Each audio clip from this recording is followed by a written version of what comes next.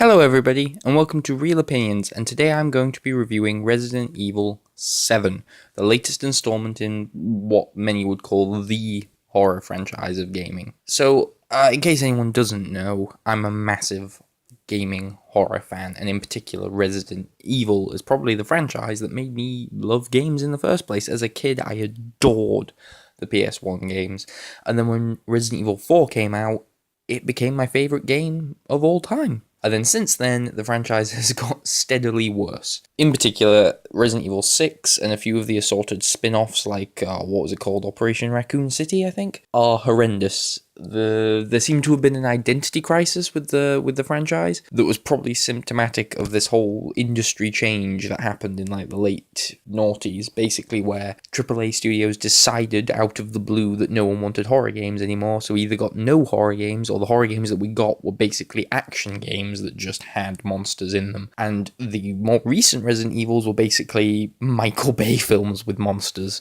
There was none of that classic Resident Evil identity anymore.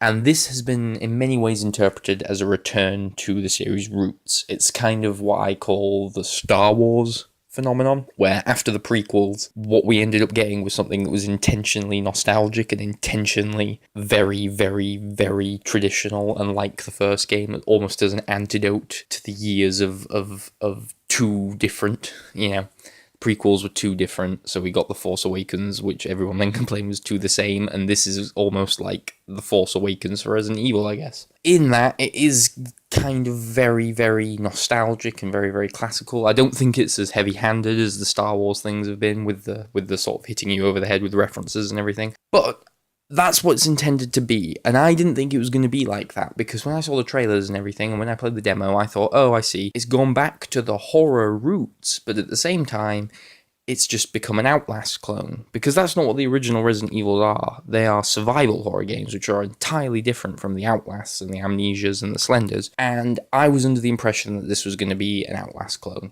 and I'm so glad that it's not. It actually feels like a survival horror game. It feels like a proper classic survival horror game. It doesn't feel like a cynical attempt to get in on the whole indie horror crap thing, and I could not be happier. This has so much of the survival horror identity in it. Something that I thought we were probably never going to get again. I thought horror's coming back, but it's a very specific type of horror. If I would compare Outlast or whatever to like The Conjuring or Insidious, then classic Resident Evil is like the good old horror films of the 80s. Like, they're kind of gone. And what we get now is a very different breed of horror. But this is actually proper survival horror, and it's great. It has all of the sort of trademarks of classic survival horror. You've got inventory management, like kind of pouring through lore and documents to kind of get clues about puzzles or to get codes and all that stuff. You've got the sort of restrictive but kind of really intense combat that isn't so much of an emphasis that it's an action game, but it's still there. Got the great boss design,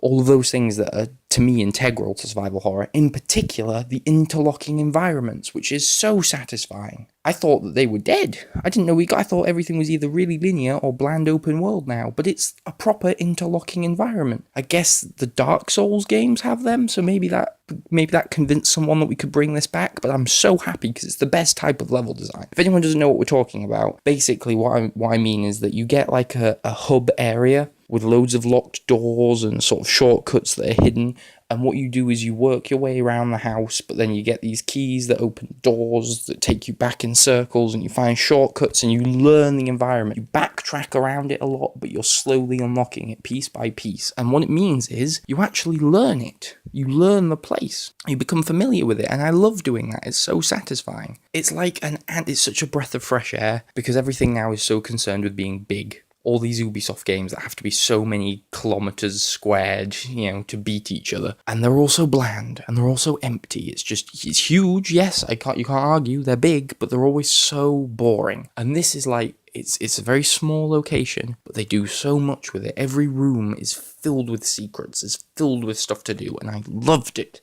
It was definitely my favourite part of this game, was that proper nostalgic return to the Metroidvania interconnecting environments thing. There's like the hub, the house that the whole game's set in has like a couple of extra houses next to it, like it's a plantation, and all of these environments so cleverly linked together. It's so tightly designed and so well done, and it makes it such a joy to explore. I loved it.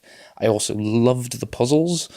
A lot of them are quite easy and simple, but they felt like they had substance at the same time. And what I did like was that some of them had to be solved while you were being hunted, and that was so much fun to do as well. The inventory management is back, and they do it in such a way that it feels like it's got the restriction that you want. You know, it feels like it is weighing you down a little and burdening you, but it's not too obtuse. Original Resident Evil things were a little too severe with the inventory management. Here you have limited item slots, but things stack. I think that's the big difference, is like you can pick up 3 herbs or whatever, and it's not taking up 3 inventory slots. So they bring back inventory management and they tweak it in a way that's slightly more accessible, and I didn't find that off-putting at all. I loved exploring. I loved the design as well. We're talking about the environment. I think the environment is the key to this game because the location has so much personality and charm. It's, you know, it's rustic, deep south, crazy hick place, and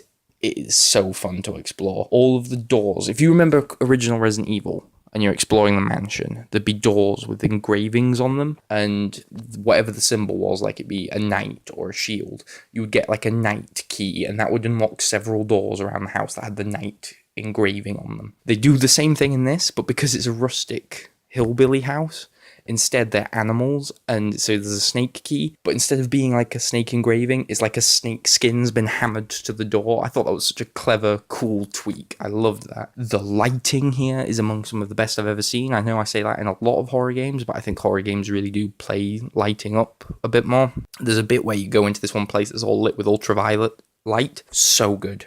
So good. As I said, puzzles. Puzzles are in this game, and they are actually enjoyable. In particular, I think my favourite part of this game was a puzzle. How often do I say that? There's the happy birthday sequence, which unfortunately was ruined for me. Well, I say ruined for me. I ruined it for myself by reading too many reviews. I'm not going to spoil it. All I will say is the happy birthday sequence was one of the cleverest, most enjoyable puzzles I've ever had in a game. It was so much fun to solve. It didn't feel obtuse. It felt logical. Like, it didn't feel like a normal video game puzzle. It felt like you had to apply real-world logic to solve it, and it was so much fun. It was so much fun. I don't want to spoil it. I don't want to even compare it to what it obviously wants to be compared to the film series it's obviously referencing, but it was such a fun puzzle. The combat in this game is really strong. I thought it was really strong. It is a little clunky, but I think that's intentional, and I think it works really well. It's not combat-oriented. It's not like Resident Evil 6 or even 4, where it's action horror, but the combat is there, and I think it works. You channel that sort of feeling of being a weak, pathetic civilian, just desperately clinging on and fighting just to survive, and I think that works really well, but there are obviously outlasty elements too. This definitely is aware of modern horror games, even though it is very much leaning back on classic survival horror. It does take some stuff from Outlast. The Bakers do chase you in these kind of stealth cat and mouse sequences, but there aren't anywhere near as many as I thought there'd be. I thought that was going to be most of the game. Instead, there's only like 3 or 4 of those sequences right at the beginning, but they're a lot of fun. They are genuinely a lot of fun. And then what you have as well, so the Bakers, in case you don't know, are the Texas Chainsaw Massacre style family that haunt you. That hunt you throughout the game. You can knock them down, but they'll get back up. They just keep coming, kind of Michael Myers style. Like you shoot them. They just sort of keep coming. They're bullet sponges. So you're meant to kind of avoid combat with them. But there are these other monsters in the house called the Molded, and they basically serve the same purpose that the Working Joe robots served in Alien Isolation. They're there to empower you a little because they can be killed. I think it's a smart move because you play these games like Outlast and all you can do is run and hide. But this gives you something that you can fight to break up that monotony a little bit. The boss fights. Oh my god, the boss fights in this game. I've read a lot of people it seems to be one of the case or the other. People either say the boss fights are the best part of this game or the worst part. I'm definitely in the former camp. These boss fights are so fun. Every one of them is so different and has like a different environmental gimmick that makes it enjoyable, and they feel scripted, but they're not. Like it's not just like standing in the room shooting something. Like the first one you have in the garage, you're fighting this guy, then you go run for the car keys, get in the car, you can like drive the car around the garage just ramming him into the wall, but he can jump on top and start steering you into things.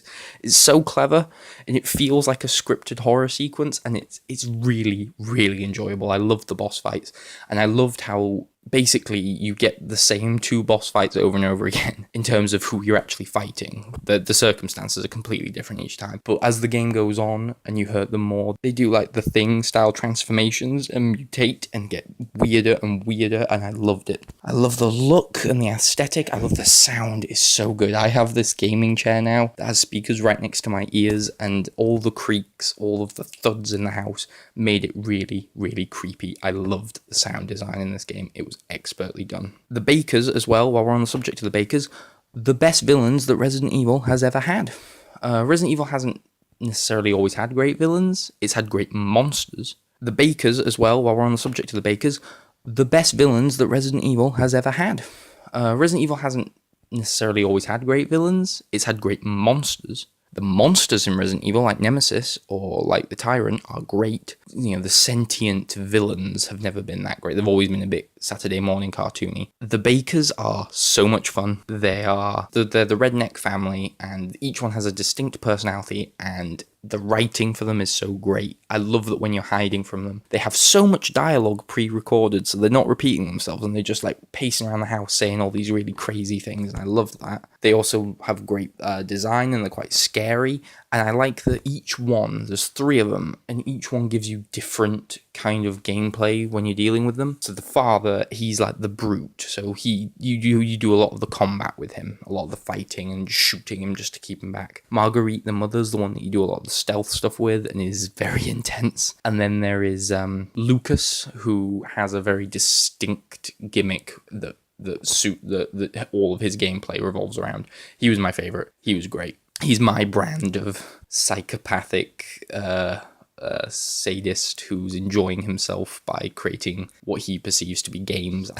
And he's great. I loved him. Oh, and while we're on the subject of things that this game takes from Outlast, because I think the whole human villains hunting you down thing is definitely something that they borrowed from Outlast, they also take the found footage gimmick and they do something so clever with it. There are these videotapes that you find around the game, these optional collectibles. You put them in and you basically play like a vignette, like a short extra level from another character's point of view as you find out what happened before you got here. And what that lets you do is preview areas that are coming up so that you can learn like the hazards or how to solve puzzles, and they use it in such a clever way. They're just really fun, scary sequences in of themselves. I loved the videotape thing, and everyone who knows me knows that I love when video games give you this really awesome content that is completely optional and that you can miss, and that's what these videotapes are. That was great. That was awesome. I just wish there was more than fucking 4 of them, because they're great, and they're so underused, and they're all stacked right towards the beginning of the game. While we're on the subject of things that I would have liked more of, that's my main criticism with this. This game is so good, so much fun, it feels like such a great breath of fresh air for the horror genre. At the same time, I did a very, very thorough playthrough, looking for collectibles, opening every door, exploring every nook and cranny, doing all the upgrading and everything, and it took me less than 10 hours. Why? There's so many more, and the thing is that criticism then kind of like splinters out, because there are lots of little negatives I have with this game that all stem from the fact that it's too short. The Bakers, great villains, don't get anywhere near enough development. They're barely in the game, actually. I mean, collectively they are, but there isn't one of them that I felt like I got enough time with. There's not that many puzzles, and the puzzles are a lot of fun. I could have done with more of them. The tapes, could have done with more of them. The stealth sections, could have done with more of them. While we're on the subject, that happy birthday sequence that I referred to, that is a great idea that you could have done so many more times in different ways, and it wouldn't have got old. There's just the one. And on one hand, I do respect that they didn't overplay their good ideas and that they kind of kept doing different things. But there's so much in this game that I think you could have genuinely developed and expanded. And the length also means that there's quite a lot of weapons in this game, a surprising amount, but some of them I bet I used twice.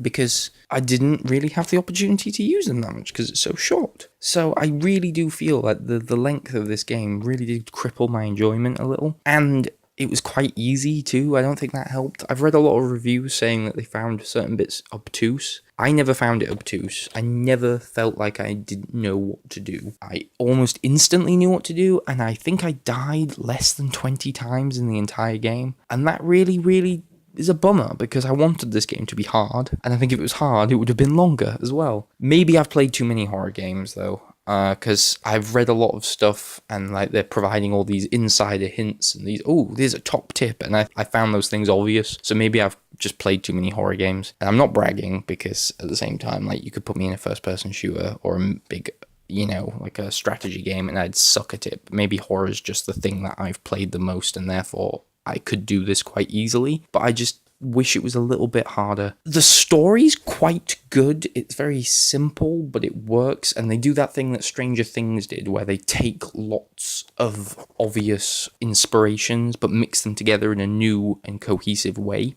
There's even a twist towards the end of the game that's genuinely clever, and I wouldn't have seen it coming at all if it wasn't for the fact that I watched a Chris Stuckman review, and he did that thing where he went, I'm not going to spoil the game, but, and then gave you a really obvious hint. Because I saw this thing coming, but only because of something that Chris Stuckman said that he thought was vague. Otherwise, I think I'd have really liked that twist. It's not like a major Sixth Sense thing. It's just a neat little, like, that was clever. It does a great job of doing references as well. You think of something like Rogue One, where it's just hammering you over the head with references to past glories. Here's C-3PO, here's R2-D2. This game manages to do loving homages and references to the past Resident Evil games without reusing characters, reusing plot points, reusing enemy design, reusing music, reusing locations, or anything like that. All of the references are very subtle, and basically the way that it feels like classic Resident Evil is just in terms of gameplay design, which is the important thing. It's like it got the spirit right. It got the spirit of the series right, instead of just literally throwing in stuff from past games to make you feel nostalgic. Like, for example, there's a bit where a character has a keypad on the door, and when he presses the keys, it makes the menu noises from Resident Evil 2. I thought that was a really neat, funny thing. I liked that. That was a well-judged reference. It wasn't just like they threw in a villain from Resident Evil 3 or something. And this game did kind of make me feel nostalgic, because the way that it's designed and a lot of the chances it takes feel old school in a way that I thought AAA developers wouldn't do anymore. This probably made me feel how other people felt playing Doom, like a sense of, they don't make them like they used to. Because even though it has the first-person perspective, and even though it takes things from Outlast, just the feel of exploring this place, reading all the documents, doing the puzzles, unlocking it piece by piece, felt very, very nostalgic. And I really did love it. It did make me feel quite warm and happy. Even the crafting system, like, games don't do... I hate crafting systems. This game made me like its crafting system, because what it does is, it's simple and intuitive, and it has a purpose. It's not just there for the sake of it, because the crafting system basically gives you the supplies to make bullets, to make health, to make all these things, but you have to choose, and that gives it a strategic element that feels like it's there for a purpose. So I loved that. So much I loved here. I just wish that the game was longer so I could have enjoyed it more and experienced it more. And the thing is, yes, you can replay it, and I will replay it because I enjoyed it, not because there's loads of replay value, just because it's enjoyable. I will replay it, but at the same time, the fact that it feels like only 5 minutes ago since I started it does kind of dampen that a little. On the subject of replay value, yeah, there's some unlockables. You complete it in 4 hours, you get this. You complete it on hard difficulty, you get that. So there's New Game Plus stuff that I will go back to, and I'm going to enjoy doing it on hard, because I think I crave that challenge now, and you unlock hard when you finish it on normal. There's also a couple of different endings. I don't know how different they are. But the thing is, and this is what so many people fail to understand, you don't need to just give me loads of nebulous content to make something replayable. If it's enjoyable, I'll just replay it because I enjoyed it. Like, films don't change when you rewatch them. You rewatch them because you liked them, and that's how I felt with this. I just wanted to play it again, not because I want a different ending or because I want to do it this way or do take different paths or anything like that. I want to play it again because it was fun. And I've read people complaining that there's no extra modes. Like, I wanted a survival mode. It's like, you did? You did? Then you just failed to understand what made this game good. It was the fact that it was so intricately designed and such a really well-paced experience. If there was just a survival mode, that would be so boring. It's like you want it to be more generic. On the subject of being generic, actually, towards the very end of the game, it did get a little too linear for my taste, and it also became a bit too combat-oriented. You start fighting the same enemies over and over again, and towards the end I was getting a bit like, this is starting to lose some of its magic. And in particular, the end boss fight is so anticlimactic, it hurts. It's a weird thing that a lot of horror games do. I don't know why, but so many horror games end with these kind of these big boss battles where they basically take control away from you, and they're so easy and like bleh. Alien Isolation did it too, and some of the other Resident Evils do it. It ends with a massive confrontation that seems like it should be super intimidating, and instead is the easiest part of the game.